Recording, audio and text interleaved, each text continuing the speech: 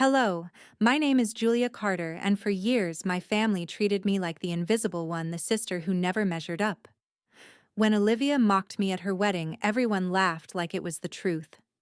What they didn't know was that behind my silence I carried something far heavier, a secret that could unravel her new family. That day, one quiet call turned their perfect celebration into a reckoning. This isn't just about betrayal at a wedding. It's about finding the strength to stand tall when the people closest to you try to erase your worth. They didn't erase my name from the guest list, they wrote it in pencil just in case I could be rubbed out again. The envelope arrived bent at the corners, smelling faintly of perfume that had always felt like a disguise. Inside was a cream card with gold script late enough to be a reminder rather than an invitation. A smaller note was tucked in my mother's handwriting, neat and sharp. "Don't bring up the army." The sentence lingered longer than the ink. Another command to stay small. I stared at it, hearing an old nickname from my service years, the Invisible Soldier, and realized nothing had changed. My family still preferred me erased. I packed lightly, one black dress, scuffed shoes polished as best I could, hair pulled back without ceremony. I carried no jewelry except the tags I never wore in public.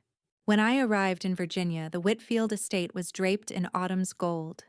Trees bent under strings of champagne lights, tables glimmered with polished silver, and the air smelled like wealth pretending to be eternal.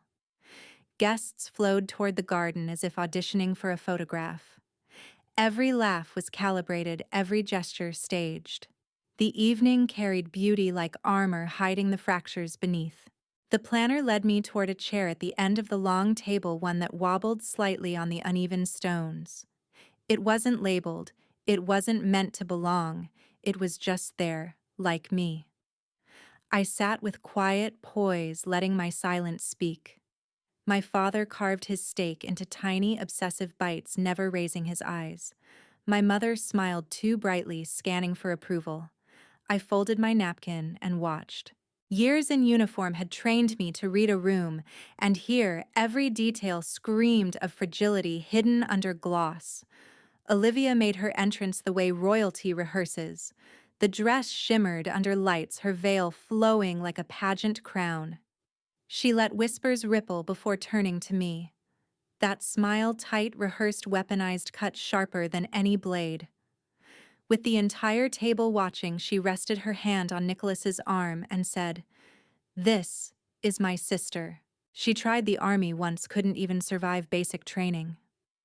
The laughter spread quickly, a soft wave of relief for the guests who had wanted permission to dismiss me.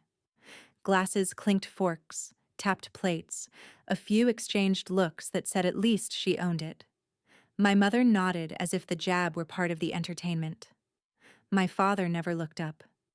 I took a measured sip of water, letting it still my breath. I've learned silence weighs more than noise. Tonight they'll feel it. Nicholas leaned slightly toward his father, Henry. His smile was for the crowd, but his lips shaped words meant for one man only. The cadence was familiar, sharper than polite conversation, closer to the clipped slang I had once heard in interrogation rooms. My body stiffened, memory colliding with the present. I tilted my head, letting the sound settle. The phrase was short-clipped, certain. "She suspects nothing." Families don't always stab you in the back. Sometimes they smile while they hand you the knife. The morning after the rehearsal dinner carried a brittle silence the polished silverware couldn't disguise. I stepped into the glass-walled dining room of the Whitfield mansion and felt every gaze take inventory. They wore coordinated tones, ivory champagne, pale gray, while my black blazer marked me as the shadow in their frame. I chose a seat near the edge, slightly apart from the circle, as if the distance had been measured in advance. Citrus and starch scented the room. Beneath it, a pressure hummed that no linen could smooth. I'd lived this choreography before. Kaliningrad taught me betrayal rarely announces itself with violence. It arrives with polite nods, pressed cuffs, and reports stamped non-actionable by men like Mr. Langley. I remember him sipping coffee from my cup, erasing weeks of fieldwork with a single signature. That memory echoed now as Nicholas Whitfield laughed easily as though truth owed him nothing. Olivia lifted her mimosa smile sharp enough to slice glass. Some people live in the past. We prefer the future. Guests chuckled on cue. My mother glanced a warning. I set my spoon down and said quietly, "The past sometimes saves the future." It fell flat. "Julia, please not today," Marianne whispered, and the laughter brightened. My father carved toast into patient squares. Henry Whitfield didn't blink. He weighed me the way a buyer weighs leverage. Nicholas brushed a kiss across my sister's temple like a signature on a deal already done. A glint at his collar snagged the light. Not jewelry. The curve and matte finish said specialized storage built to carry encrypted payloads that burn when touched wrong. I'd seen that silhouette in a grainy still from a northern harbor half-turned chest-fogged glass questions no one let me ask. Memory rose and steadied. I let my breath do the same. Nicholas smiled the PR smile across linen. In the window, I caught the small satisfaction of Henry's smirk. He knew what dangled there. He also knew I recognized it. 2 seats away, Claire Donovan rolled the heat of a porcelain cup between her palms. Former NATO translator. Her name had once crossed my desk with a commendation that read sharper than praise. She leaned the smallest degree. "If you hear it again," she murmured, "don't ignore it." Recognition, not doubt, flashed in her eyes, and for a moment the room's balance shifted by ounces, but enough to measure. Nicholas's posture tightened a fraction. I knew that stance from rooms where silence was oxygen. When our eyes met, the veneer thinned. The blurred photo and the man at the head table overlapped cleanly. Olivia rang a glass. To family building each other up, tearing each other down, and always showing up. Applause answered. I lifted my glass halfway and did not look away from Nicholas. He leaned toward Henry, lips moving with practiced economy. I caught the meaning because I had trained my whole life to hear certainty when it travels without volume deliver after the ceremony. They told me to stay silent. They forgot silence is where I do my best work. The Whitfield estate lay in an unnatural hush that night, the kind of stillness that presses against the skin until you mistake it for weight. In the guest suite, curtains swayed from a draft that had no source, and every sound seemed magnified: the tick of a clock, the shift of my own breath, the pulse in my wrist. Nicholas's words from brunch replayed endlessly deliver after the ceremony. The same cadence I once intercepted in Kaliningrad, the same shape of threat wrapped in ordinary syllables.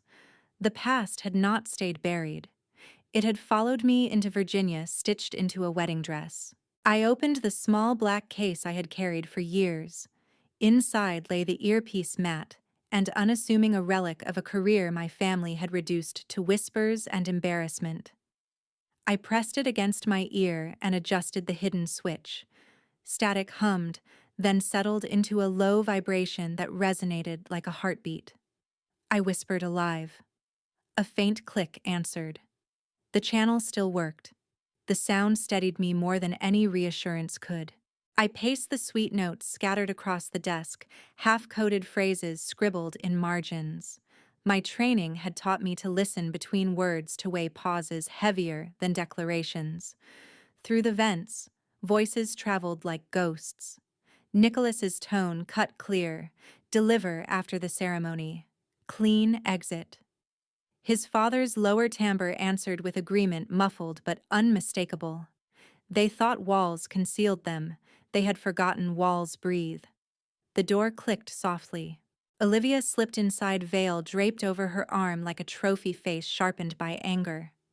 She shut the door behind her and fixed me with eyes that burned hotter than the lamps. "This is my wedding," she hissed. "Not another one of your missions." I held her gaze. "And what if it's both?" She stepped closer, fists clenched. "You'll never belong. You ruin everything you touch: birthdays, dinners, now this. You're not family. You're the storm they endure." Her words struck deeper than any report stamped dismissed. My throat tightened, but I didn't flinch. "You want me invisible, Olivia?" I said softly. "Be careful what you wish for ghosts. Hear everything." She faltered just for a second, then spun away, slamming the door. Her heels echoed down the hallway like accusations. Alone again, I leaned against the desk, feeling the fracture widen not between nations but between sisters. Betrayal at the scale of bloodline is heavier than any classified file. I gathered the notes, forcing them into order. Dates, accents, posture, jewelry, every detail Nicholas had tried to bury in charm. Kaliningrad stared back at me through scribbles and sketches. I knew then that one more phrase, one more slip, would be the spark.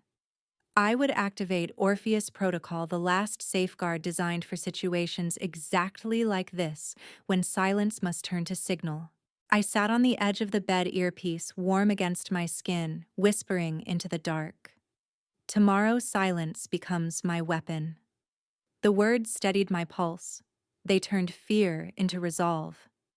From the vents carried on a draft that smelled faintly of smoke and cedar came Nicholas's laugh. Arrogant, confident, blind. His voice slithered after it. "Tomorrow she won't even see it coming. And if you felt the chill of those words, the way I did, stay with me, subscribe now so you don't miss what comes next, because tomorrow's silence will be louder than any scream." They thought the vows would bind them forever. I knew the handcuffs would come first. White roses lined the aisle, champagne flutes quivered in the breeze. I stood at the garden's edge, one heel on stone, one on grass. Claire moved among guests with fluent poise. Her warning brushed my ear again. "If you hear it, don't ignore it." The officiant's voice floated over strings. Olivia shone. Nicholas wore calm like armor. Henry scanned the crowd with a landlord's gaze. The earpiece warmed. I angled my head for signal. As readings ended, Nicholas leaned toward Henry. "After the kiss, we move. The blade under cloth." I lifted my hand, smoothed my hair, and found the switch. The channel opened with a hum like a door unlatching. I counted exits, counted jackets cut for shoulder rigs, and imagined the SUVs already idling beyond the hedges. Claire's posture shifted a fraction, the net was drawn. "You may now kiss the bride," the officiant said. My fingers touched the earring. Orpheus Protocol. The music sharpened. New guests arrived in navy blazers, speaking softly to staff. Phones kept filming happiness that had already expired. Doors along the perimeter latched without drama. Olivia kissed Nicholas. In the same breath he stiffened. Henry's chin twitched. Two figures moved down the aisle centerline. "Sir," one said in the voice of paperwork. "Federal Bureau of Investigation," another Interpol. "Keep your hands visible." Panic took a step, and then remembered its manners. They reached Nicholas first. Metal closed, precise and cold. He didn't break eye contact. "Eve," he said, almost fond. Henry turned to slip a lane that no longer existed. Two suits folded the space around him. A guest objected, then saw a badge and lost his argument cleanly. I didn't raise my voice. I raised the truth. It fit in the air the way keys fit when the right door finally opens. My mother gasped. My father studied the lawn as if answers grew there. And then the next blade, Mr. Langley in a perfect tux glass halfway up. An agent relieved him of it. The smile he'd lived in cracked on syllable 2. The cuffs touched, and he finally saw me. A flinch remembered the report he buried and the coffee he stole. Today, the dirt belonged to him. The garden rearranged around the facts. The band faded mid-phrase. A drone dipped and obeyed gravity. Claire's hand redirected a frightened guest without leaving fingerprints. Engines idled at the gate, patient as consequences. I let professionals do their work and held the line inside the noise. They walked Nicholas past me. He looked at his cuffs, then at me. "You should have taken the quiet life," he murmured. "It never fit," I said. Henry passed without looking. Certainty had made him blind. The officiant tried to reclaim ceremony, but ceremony was gone. In the hush that followed, the air tasted like the second after a storm breaks clean, inevitable. I checked the channel. Clear. The work was done. The roses trembled. The truth did not. Witnesses searched for a script that no longer applied.